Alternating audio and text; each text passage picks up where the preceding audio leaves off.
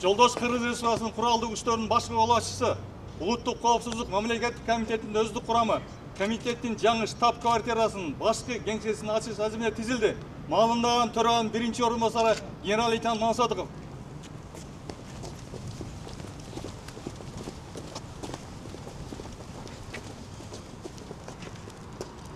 Саламатсыңарбы жолдоштор?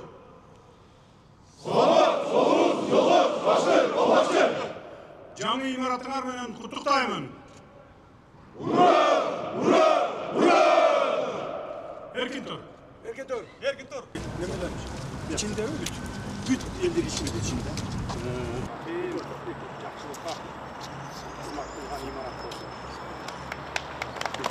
Кыргыз Республикасынын мамлекеттик символикалары жаңы имаратка алынып киргизилсин.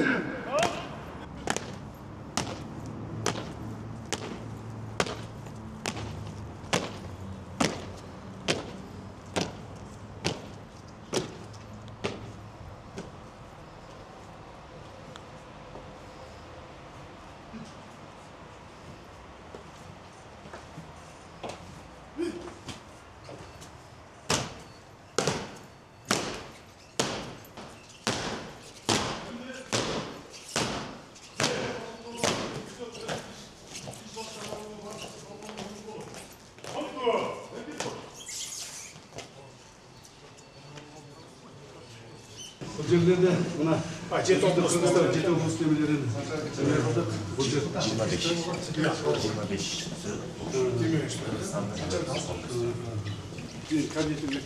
Bismillahirrahmanirrahim.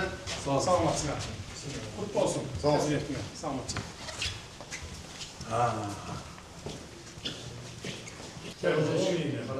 Азоплай кабинет болсун. Элибизге журтубузга кызмат кылган кабинет болсун. Түбөлүк болсун. Биз элибизге Азоплай кабинет болсун. Рахмат. Надолсыңыз.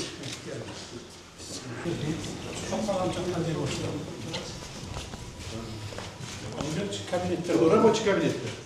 Рабочий кабинеттер мында бизде мындай чоң кабинет эч болгон эмес. Бұл стоянка. 3 этаж. Молды татуажына бір здание болды.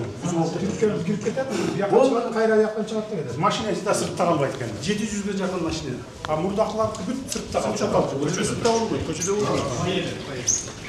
Кабинет. Барлық стандартный кабинет замдарда. Барлық замдарда ушундай стандартный сонун кабинет. Жакшы, бул сотрудниктердикине да силердикине кем калбак. Квадрат метр чоң. Чоң экен. Спортзалдан баштайбыз. Спортзал эми бул супер современный спортзал болду да. Караң звукта чыкпайт. Эмеси дагы стандарт экен, формасы да. Бул жерде волейбол, баскетбол, футбол бардыгы жасалып жатат. Мына колдоруңузга караңыз, бул өзүнчө необычный болду. Üstünde полностью акустик системалар жаңы. Вытяжкасы менен экен иши.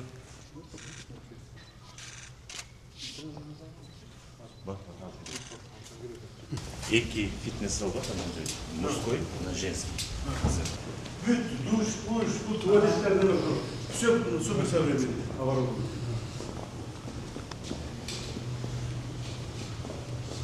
Бул мужской, Был мужской. Мужской.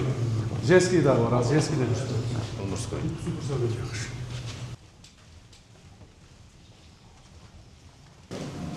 имараттан чыкпай туруп эле рас бүт бар экен да. Бул жерде женский. Бул жер Борсовский.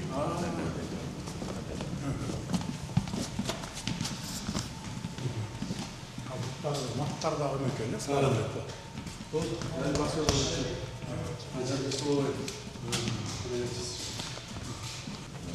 Любой, на простой. Рабочий кабинеттер. Тияктагы караганда эки эсе чоң. Ой, кейбирлер 3 эсе чоң. Бештин проекттері да чоң. Любой кабинеттер. Офис да? Улуттук коопсуздук комитетинин урматтуу кызматкерлери жана кадырлуу ардагерлери, салтанаттуу иш-чаранын ардактуу меймандары. Бүгүнкү күндө дүйнө жүзү ыкчам өзгөрүүлөргө күбө болуп, өнүгүү өтө тездик менен жүрүп жатканы баарыбызга маалым. Дүйнөдө болуп жаткан өзгөрүүлөр улуттук коопсуздуктун маанисин мурдагыдан дагы арттырууда. Ушундан улам өлкөбүздүн коопсуздугун камсыз кылуу үчүн стратегиялык кыраакчылык менен иш алып барышыбыз өтө зарыл. Мына ушундай шартта коркунучтар менен чакырыктарга дайыма даяр туруу, аларды алдын алуу үчүн чалгындоо жана контур чалгындоо иштеринин натыйжалуулугун арттыруу, эл аралык терроризмге жана экстремизмге акыркы замандын чоң көйгөйүнө айланган киберкылмыштуулукка каршы натыйжалуу күрөштү ар тараптан колдоо кажет. Бүгүн биз ошол ары татаал, ары түйшүктүү, ары жоопкерчиликтүү жүктү тартып келаткан Улуттук коопсуздук мамлекеттик комитетинин борбордук аппараты үчүн курулган эң алдыңкы заманбап талаптарга жооп берген жаңы административдик имараттын салтанаттуу ачылыш аземине күбө болуп турабыз. Жаңы имаратыбыз баарыбызга кут болсун, жамы журтубузга кут болсун, ак жолтой болсун. Баарыңыздарды алгач борбордук аппараттын жаңы имараттын ачылыш аземи менен чын дилимден куттуктап кетейин.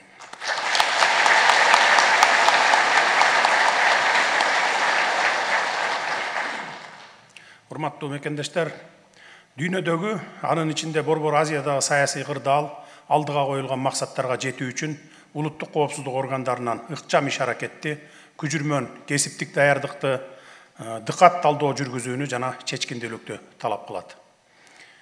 Биз бүгүнкү күндө жаңы Кыргызстанды куруу жолуна түшүп, мамлекетибиздин жаркын келечеги үчүн жан үрөп жатканыбызда өлкөдө коопсуздуктун сакталышы абдан маанилүү. Мындай учурда Улуттук коопсуздук мамлекеттик комитети өлкөнүн конституциялык түзүлүшүн коргоо, бүтүндүгүн сактоо, терроризмге, коррупцияга каршы аракеттенип, контур чалгын, маалымат аналитика сыяктуу иштерди үзгүлтүксүз жүргүзүү аркылуу өлкөнүн ишенимдүү таянычына айлана алды. Буга албетте ардагерлерибиздин да салымы зор экенин белгилей кетейин. Өзүңүздөргө белгилүү болгондой, чекисттердин бир нече муундарынын талыкпаган аракетинин аркасында мамлекеттик улуттук коопсуздукту камсыздалып, айрым учурларда алар мамлекеттин тарыхый жолун өзгөрткөн татаал маселелерге өмүрлөрүн арнап келишкен. Улуттук коопсуздук кызматынын өлкөбүздүн тарыхындагы орду жөнүндө сөз кылганда маркум Жумабек Асанкулов, Анарбек Бакаев, Усуп Мукамбаев өңдүү агаларыбыздын аттарын атабай кетүүгө мүмкүн эмес. Мекенге кызмат өтөөнүн бийик өрнөгүн көрсөткөн бул атуулдарыбыздын рухуна чын жүрөгүбүздөн таазим этебиз. Ал эми ардактуу эс алуудагы Таштемир Айтбаев, Турар Рыскелдиев, Зайырбек Юнусалиев сындуу агаларыбыздын эмгек жолу мекенчилдиктин үлгүсү болуп калгандыгын белгилей кетейин. Урматтуу кыргызстандыктар, мамлекет башчысы катары мамлекеттин улуттук коопсуздук тармагына өзгөчө көңүл буруп келемин. Себеби элибиздин тынчтыгы, жерибиздин бейпилдиги дал ушул улуттук коопсуздук мамлекеттик комитетинин күнү түнү тыным албай талыкмаган кызматынын аркасында бекемделип келатканын баса белгилөөгө болот. Ага жараша соңку жылдары улуттук коопсуздук органдарынын материалдык техникалык базасын жакшыртуу аракеттери күчөтүлүүдө. Республиканын бардык аймактарындагы кызматкерлерге жаңы административдик имараттар, кызматтык үйлөр, турак жайлар, бала бакчалар курулуп пайдаланууга берилип жатат. Тагыраак айтсам, 2021 жылдан тартып бүгүнкү күнгө чейин жалпысынан алганда 94 имараттын курулушу жүрүп, коопсуздук комитетинин жерлердеги бөлүмдөрүнө тапшырылды. Алардын 73-ü административдик имарат, калганы 7 бала бакча, 14 социалдык турак жай салынып ээлерине берилди. Дагы бир кубанычтуу жагдай, ушул убакка чейин өлкөбүздүн улуттук коопсуздук органдарына керектүү адистер чет өлкөлөрдөн билим алып, даярданып келишкенин жакшы билесиздер. Эми мындан ары генерал-лейтенант Анарбек Бакаевдин атын алган өзүбүздүн коопсуздук академиябыздан тиешелүү кесиптик билимге жаңы ыкмаларды, жаңы технологияларды колдоно билген адистер даярдала баштады. Эми жогоруда аталган ийги иштердин башында турган улуттук коопсуздукту камсыз кылуудагы негизги координациялоочу жана башкаруучу орган бул улуттук коопсуздук мамлекеттик комитетинин борбордук аппаратына учкай токтоло кетейин. Борбордук аппараттын өлкөнүн коопсуздук саясатын иштеп чыгууда анын ишке ашырылышын көзөмөлдөп, мамлекеттин коопсуздугу үчүн ар кандай коркунучтарга каршы чараларды колдонуудагы ролу абдан маанилүү. Буга чейин чекистердин бир катар мууну иштеп келген Улуттук коопсуздук мамлекеттик комитетинин эски борбордук аппаратынын имараты 1983 жылы курулуптур. Улуттук коопсуздук органдарынын материалдык техникалык жактан жаңылоо программасынын алкагында заман талаптарына ылайык келтирүү иштери каралып, азыркы ачылып жаткан борбордук аппараттын имараты 2023 жылы алдыңкы заманбап курулуш ыкмаларын колдонуу менен салына баштаган. Мына 1 жыл 8 ай дегенде бүттү. Бул чоң объектиде жаңы инфратүзүмдөр курулуп, коопсуздук комитетинин борбордук аппаратынын кызматкерлери үчүн административдик залдар, кызматтык бөлмөлөр, ашкана, спорт аянттары, көп кабаттуу унаа токтотуучу жайлар эске алынып, заманбап жабдуулар менен дагы жабдылды. Улуттук коопсуздук органдарынын кызматкерлери, анын ичинде борбордук аппаратынын кызматкерлери бүгүнкү күндө дүйнөдөгү өзгөрүүлөрдүн фондунда катаал мезгилдерди башынан өткөрүп жатканына карабай, берген анттарына бекем туруп, өз иштерине берилгендигин көрсөтүп келишет. Алардын тайманбас аракетинин натыйжасында коррупцияга жана уюшкан кылмыштуулукка каршы аеосуз күрөш натыйжалууланып, экономикалык өсүшкө кедергисин тийгизгендердин баары кылмыш жоопкерчилигине тартылууда. Жыйынтыгында өлкөбүздүн казынасына 200 миллиардка жакын сомдон ашуун каражат кайтарылып, экономикабыздын өсүшүнө олуттуу салым кошалды. Ал эми мыйзамсыз менчиктештирилип кеткен 1100дөн ашуун кыймылдуу жана кыймылсыз мүлк кайрадан мамлекеттин карамагына кайтарылгандыгы жамы журтубуздун колдоосуна арзыды. Ушул жерден дагы айта кетүүчү нерсе, урматтуу мекендештер, улуттук коопсуздук бул бир гана атайын кызматтардын эмес, жалпы журттун ар бир жарандын иши. Биз баарыбыз жаңы Кыргызстанды куруу боюнча бир максатты көздөп, биримдикте жана ынтымакта иш алып барганда гана мамлекеттин келечегинин коопсуздугун камсыз кыла алабыз. Мына ошондуктан жасалып жаткан иштерди көрө билели, туя билели, колдой билели, мен ушуга баарыңыздарды чакырат элем. Комитеттин урматтуу кызматкерлери, мамлекеттин алдында, эл журтубуздун алдында сиздердин милдетиңиздер өтө оор жана өтө жоопкерчиликтүү. Айрыкча борбордук аппарат аймактардагы коопсуздук бөлүмдөрүнүн ишмердүүлүгүнө да өзгөчө көңүл буруп, шарт түзүп турушуңуздар керек. Мындай мамиле өлкөнүн булуң бурчундагы коопсуздукту бирдей камсыз кылууга чоң өбөлгө түзөт.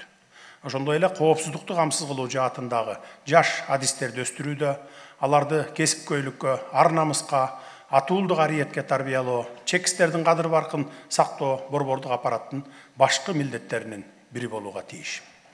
Мынакей эми заманбап шарттары менен жаңы имараттын ачылышы улуттук коопсуздук кызматкерлеринин ишинин натыйжалуулугун жана ыкчамдыгын арттырып, ички тышкы коркунучтарга каршы күрөшүүнүн сапаты мындан да жогорулайт деп чоң үмүт артамын.